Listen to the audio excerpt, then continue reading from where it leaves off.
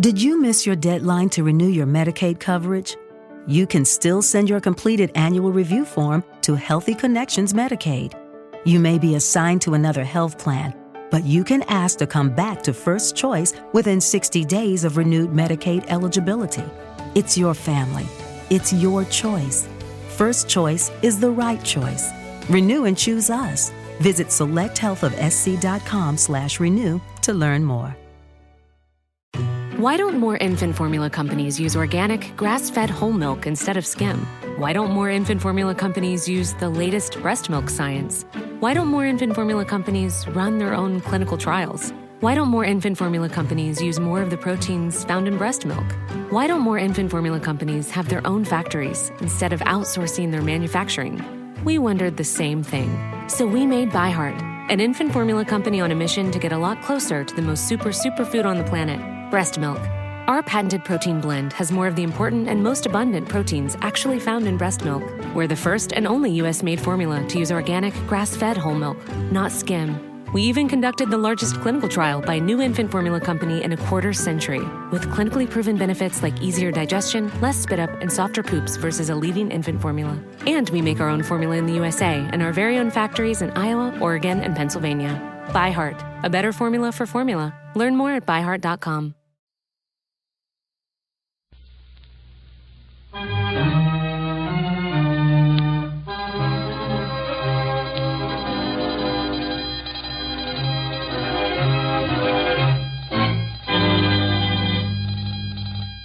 Good evening, Mr. and Mrs. North America and all the ships at sea. This is your New York correspondent, Walter Winchell, representing the Navy Relief Society, the sponsor of this program and the beneficiary of the great heavyweight championship fight on Friday night.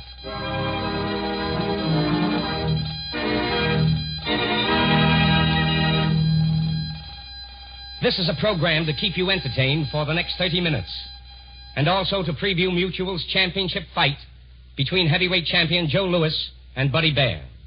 It is staged by Mike Jacobs, the country's #1 boxing promoter, Friday night at Madison Square Garden, New York. Besides the delightful adventures and melody of Dave Rose's orchestra and Betty Jane Rhodes from Hollywood, you will hear the talented Walter Houston and Brian Donlevy in an original dramatization. Mr. Houston and Mr. Donlevy are appearing on this Navy Relief show as member representatives of the Hollywood Victory Committee for Stage, Screen, and Radio. Then, from Greenwood Lake, New York, you will hear the voice of Joe Louis, the heavyweight champion of the world. The magic carpet now takes you to KHJ, Hollywood, California. Good evening from Hollywood, America. Here is music for you and the Navy. David Rose's orchestra, conducted by Lou Bring, and the voice of Betty Rhodes. The song is the title song from Betty Rhodes' most recent picture, The Fleet's Inn.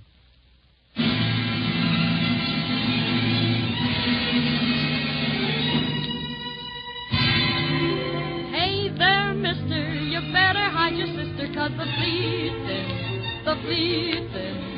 Hey there, mister, don't say nobody's kissed her, 'cause the fleet's in, the fleet's in.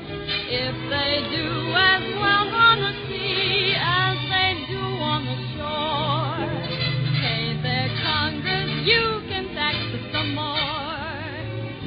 Kid me, I'm always kidding. Hey there, rookie, you better call your cookie and your sweet thing, the fleet thing. They'll take anything if it is a nailed down. She may be dark or fair, those sailors don't care, as long as she's wearing a gun. So if you love her, keep under cover, the fleet's in town. Oh, the fleet's in. Hey there, mister, don't say nobody's kissed her, 'cause the fleet's in. If they do as well on the sea as they do on the shore, hey there, Congress, you can tax it some more. And charge to Walter Winchell, hey there, rookie, you better call your cookie and your sweet thing, the fleet's in. They'll take anybody who's wearing a gown. So sister,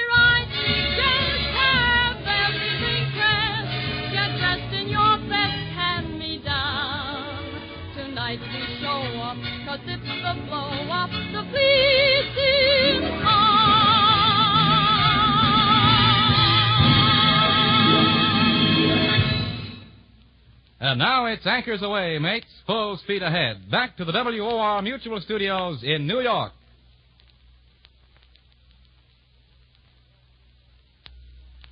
This is Walter Winchell again, back in New York City. Friday night, in a bout unique in the annals of boxing, Joe Louis gives Buddy Bear another crack at the heavyweight championship. The fight is unique in that both Joe Louis and promoter Mike Jacobs are donating their share of the purse to the Navy Relief Society. And let's salute Mike Jacobs for turning over his star attraction to this very worthy cause. It is first and always a great fight, and second, a charity event of mammoth proportions. Last May, Louis and Bear clashed in Griffith Stadium in Washington, D.C., and the result was one of the most thrilling and controversial matches in boxing's long history. It is worth going back to that first Bear-Louis fight. Here is Mutual Sports and Special Features Director Tom Slater to tell you about it. Thank you, Walter Winchell. Well, this fight is really the story of two brothers and the boy who became a man under a baptism of fire. It all began when Buddy Bear, a huge 245-pound kid, was signed by promoter Mike Jacobs to fight Joe Louis the first time. For 10 years, the name Bear had been a legend in boxing. But it was never Buddy Bear. It was always handsome, dashing, wisecracking Max who caught the fancy of the crowd. Max, the unpredictable, the showman, the clown. In the shadow of this great thespian of the ring had huddled the huge, shy figure of Buddy Bear. No one took him seriously. He won fights, but he was just Max's brother. Max treated him with a pat on the head, and so did the boxing world.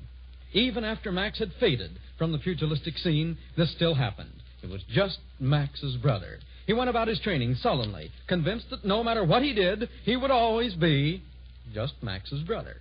And so it was that alone, Buddy walked down the aisle to the ring that night as the crowd gazed at him in silence. Just Max's brother. A few minutes later, the fight began, and let's go to the ringside on that night with Don Dunphy. It's midway in the first round. Now Joe Louis drives a sharp left hand to Buddy Bear's head, and Bear retaliates with a left and a right to the champ's body. Fight a step back. They're sparring for an opening. Bear moves in again and smashes a terrific left hook to Louis's chin. Joe is down. He's fallen through the ropes. Louis is out of the ring. Referee is counting. It's 2, 3, 4. Joe is climbing back in again. Now the fighters are returning to their corners. But wait a moment. Referee Arthur Donovan is calling him back. The bell has not rung. Joe Louis leads with a light left hand. He fires another hard right. And the second later, the bell did sound, ending the most exciting round since the memorable Dempsey-Firpo fight. 35,000 spectators in Griffith Stadium stood and roared as the two men slugged and fought through the second, the third, the fourth, and the fifth rounds. The sixth had almost ended when... And standing toe-to-toe, the champion and challenger are trading smashing lefts and rights to the head and body. Now they go into a clinch. The referee separates them. Now Joe Louis comes out and lashes with a terrific right hand to Bear's face. Buddy is down. The count is 2. It's 3. He's getting up to one knee. 4, 5, 6, 7. He's up again. Louis is moving in for the kill. He fires a hard right hand to Bear's head. Louis misses with a right to the head, but follows with a hard left hand, and Bear is down again. Buddy is struggling to his feet. He's punching back like a wild man. Joe Louis is giving ground, but Joe fires a terrific right hand just at the bell. Buddy Bear is down. But wait a second. Ansel Hoffman, the manager of Bear, is in the ring. He's asking referee Arthur Donovan to disqualify Louis for hitting after the bell. Newspapermen, spectators are in the ring. Confusion is everywhere. The bell is sounded for the 7th round, but Ansel Hoffman claims a foul. Every man and woman is screaming at the top of their lungs. And so ended one of the most exciting and controversial spectacles ever seen in a prize ring. A few minutes later, Buddy Bear, tears of impotent rage streaming down his face, looked up from the corner of his dressing room. For the moment, the youngster tried to speak, but suddenly his eyes wandered off into space. "But what's that?" he murmured through cut and bleeding lips. Bear's manager rushed over. "Why, that's the cheers of the crowd," said the manager. "Well, cheering for Louis, I suppose," said Bear. "Louis," shrieked the manager. "They're not cheering for Louis. Listen, they're cheering for you, Buddy Bear." The youngster listened, and then slowly, silently, he got up and began to dress. For the first time, Buddy Bear stood erect, drawn up to his full height of 6 feet, 6 1/2 inches. A boy had become a man under a baptism of fire. Buddy Bear was no longer just Max's brother.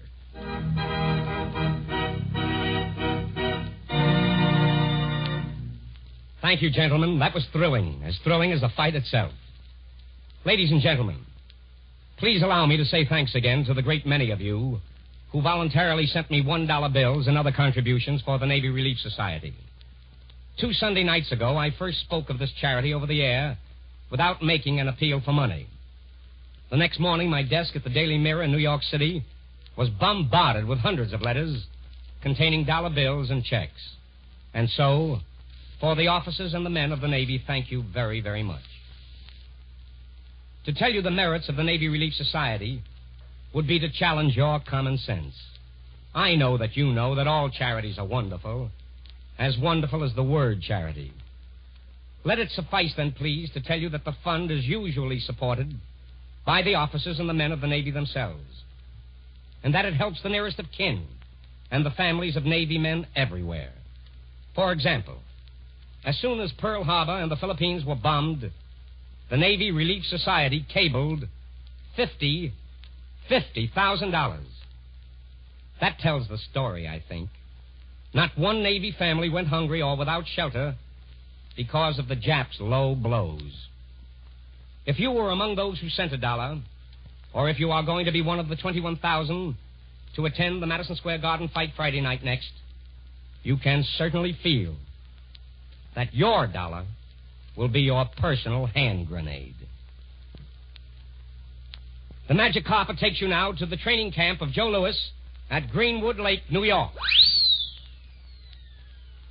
Yes, we're up at Berchio's camp at Greenwood Lake, New York.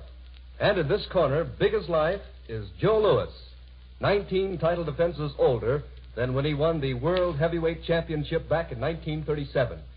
You know, Joe remembers a bit of this and that about each contender, but he recalls a great deal about Buddy Baer. I sure do. 6 feet, 6 1/2 inches of him. Well, tell us about that fight. Well, Dan, it was short but not sweet. There I was, head first, outside of the rope, looking up at Buddy Baer. All I could think of was Empire State Building. Well, seriously speaking, Joe, what makes you think Baer will not repeat? Not nothing is certain in boxing. This time, I'll be watching Baer left and right. What do you mean, Joe, left and right? Before the last fight, I was warned, look out for Buddy's right. That wasn't right. Why?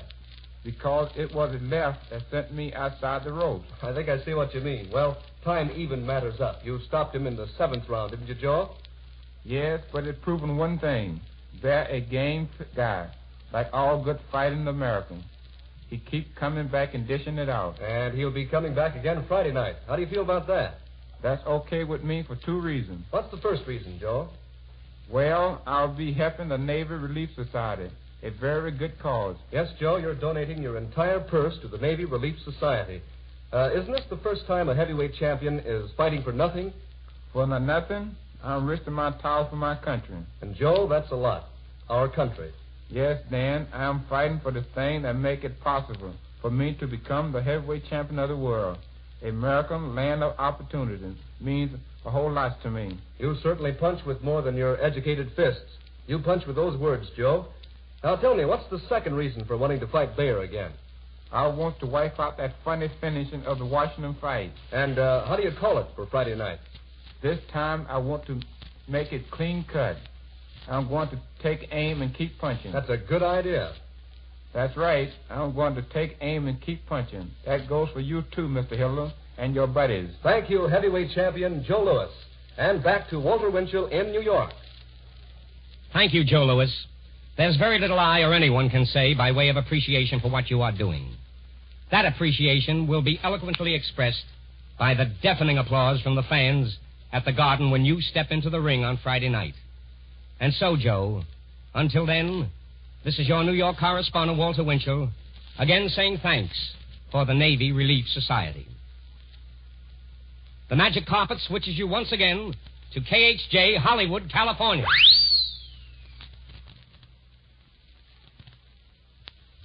You've been listening to what those fellows had to say, Winchell, Joe Louis, and all of them? Yes, I have. Mighty swell guys, don't you think? Mighty swell, mighty. Yeah. My name's Walter Houston. Glad to know you, Walter. You know, just the other day I was talking about the Navy to a friend of mine. You know him, former Navy man, Brian Dunleavy. He's an actor now. Works in motion pictures. Oh, yes, yes. We were talking about the Navy, he and I. Oh, about a lot of things. Things that those fellows have been talking about, about how easily and naturally and fearlessly it started. And then went about the job it had to do. That was, let's see, 102, 42. That was 165 years ago. It's a long time, 165 years. And yet, the Navy, those raucous, brawny privateers, started way back there, has never let us down. Never once stopped serving the United States faithfully and honestly against all their enemies. That's what their oath says. The oath a sailor takes when he joins up. I will bear true faith and allegiance to the United States of America, and I will serve them faithfully and honestly against all their enemies, whomsoever. I guess everything else has changed in the Navy in 165 years, but not the spirit, the purpose behind it, the purpose in that oath. Ever stop to think what that oath means? Well, for one thing... I mean, what it means to a fellow, any young fellow who decides to enlist. I don't care who he is, where he comes from, New York, Chicago, Oshkosh, Podunk, East, West, anywhere. Young America. Now, let's take Oshkosh. There's a strapping young fellow. Smart, strong, able. He's decided, so he signs up. Goes to a naval recruiting office. Right in his own hometown, yeah, probably. Yes, New York, Oshkosh, wherever it is. He signs up and he waits for orders. Dreams about ships and planes. He wants action. So he does. Sure he does. Plenty of it. He loves it. But first, he's got to know what to do and how to do it well. They send him to a training station. Out at San Diego. San Diego, yes. Or maybe Newport, back in Rhode Island, or Hampton Roads, Great Lakes, wherever it is. He's learning.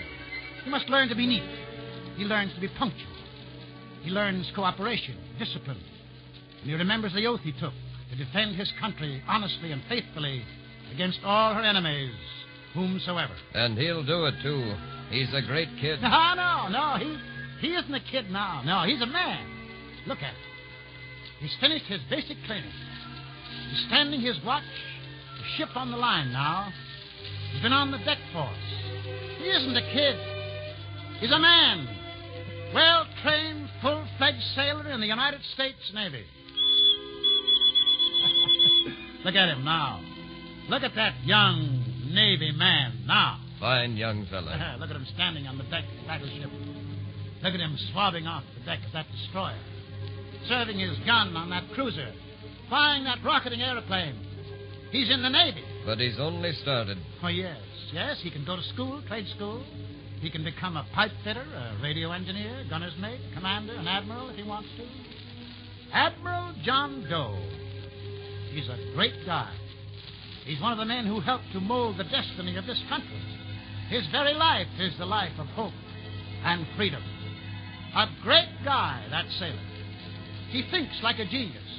He acts like a perfect, precise machine. He has the courage of Ajax. 1942. But it wasn't always.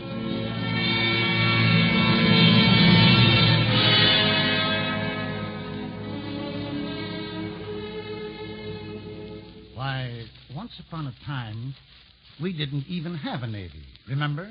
Yep, I remember. Remember how the colonies cheered when Washington took command of their army? Most everybody did. But Washington had a lot of bad luck. Bad luck? It plagued him, it trailed him, followed him, cursed him with failing confidence. There was dissension, wrangling. There was desertion and defeat. Defeat at Quebec, White Plains. All this, the prelude to Boston.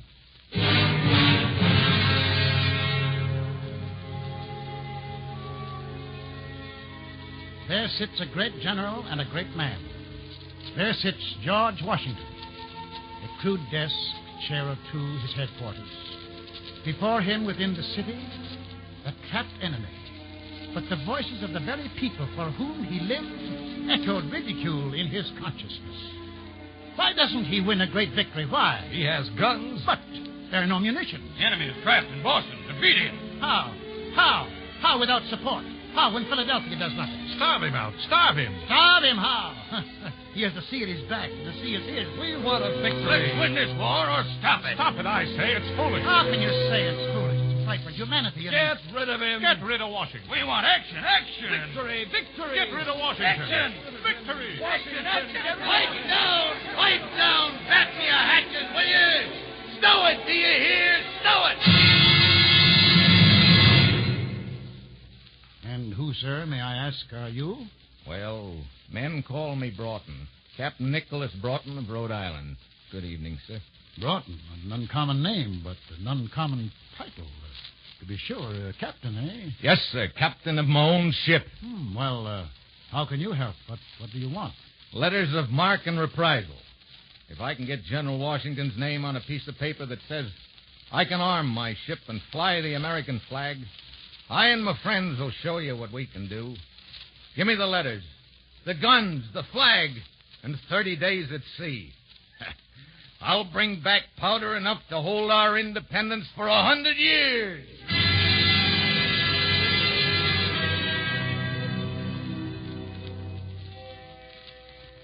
Well, George signed. He signed. And Captain Nicholson Broughton sailed. The friends he spoke of sailed with him, out into the rough, open sea, and into the history of the great nation whose foundations they made firm. Hopkins, Barry, Biddle, Perry, Rogers, Decatur, brave men, great men all, toughened by hard living and hard work. Sailors, as some men are poets and makers of music. Sailors with all their hearts. They sailed out to win Boston and pave the way to freedom for the colonies. Sailed against the superior enemy, seeking to find him and to fight.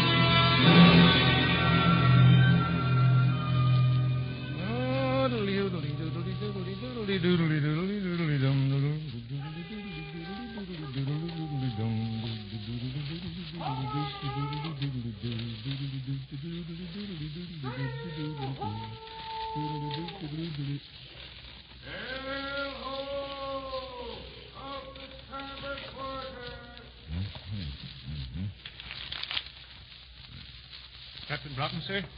Aye, Mr. Bagley, off the starboard quarter, I heard. What is she? Can you make her out? She wears enemy colors, Captain. Mm-hmm. Big one. Aye, sir. A rich one, too, I'll wager. Aye, and riding low. Mm-hmm. Hold full of powder for General Washington, or I miss my guess. Put your helmet! She looks to outgun us 2-1, sir. Aye. Coming about to cross our bow, I do believe. Listen. We're flying the American flag. Ain't that enough?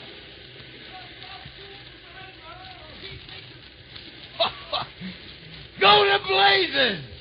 Man your battle stations. Prepare to open fire. All hands to battle stations! All hands to battle stations! Stand by to repel boarders. Put your helm a bit there. Ready. Commence firing.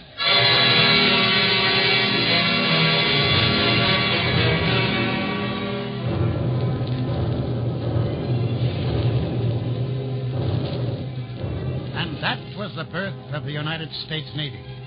With one broadside, from one little ship, one day, 1 hour, 165 years ago, those men knew one thing.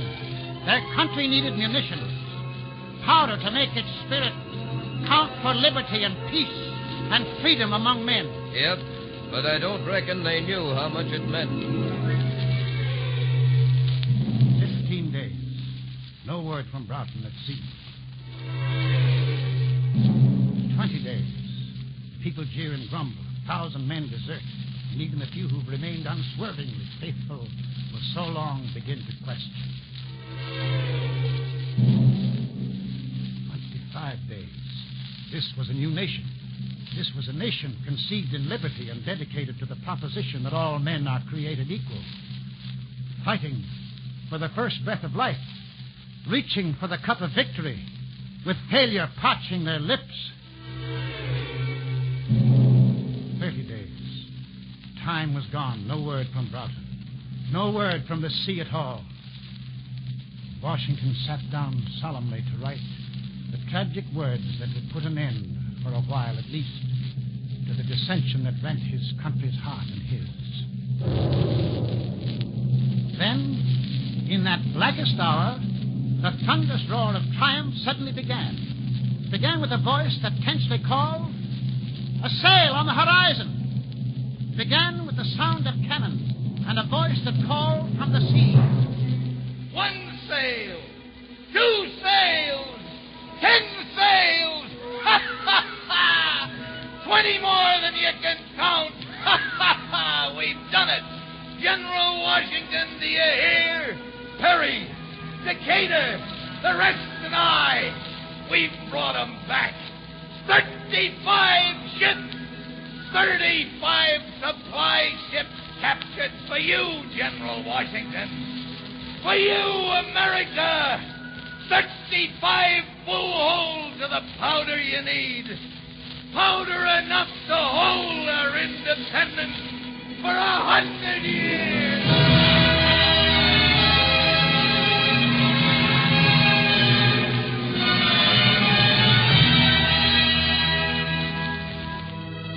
So you see, it wasn't always like it is today.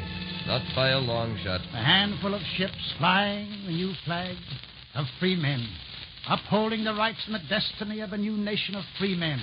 That was the birth of our Navy. That was the start of a force that's become a tremendous force for liberty and humanity.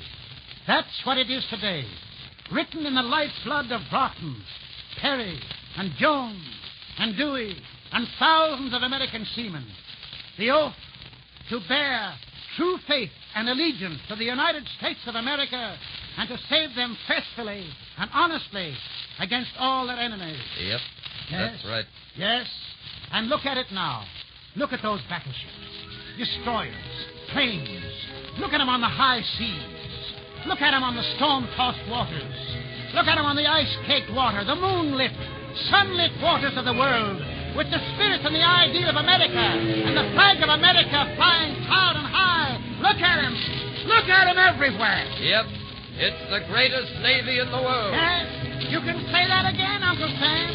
Your Navy, the greatest Navy in the world.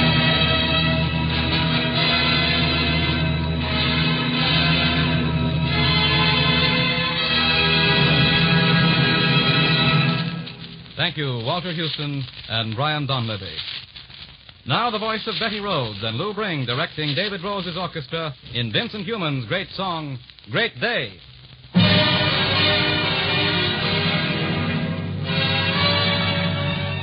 When you're down and out, lift up your head and shout, there's gonna be a great day. Angels in the sky promise that by and by there's gonna be a great day. Gabriel will warn you some early morn, you will hear his horn. Rootin' tootin', it's not far away. Hold up your hands and say, there's gonna be a great day.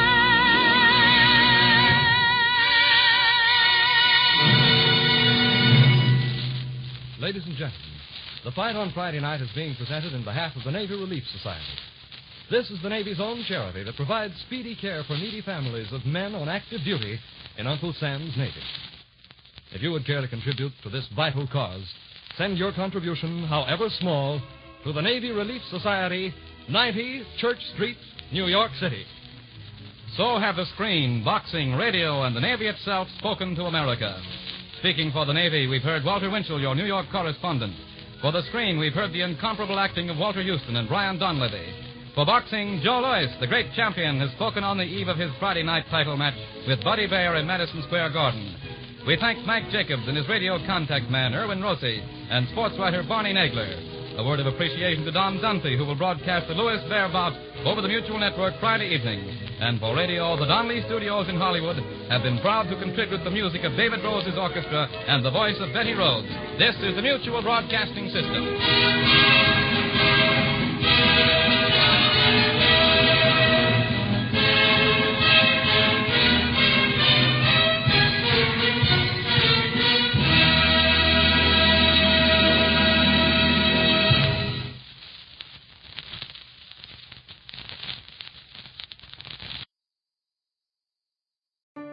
Did you miss your deadline to renew your Medicaid coverage?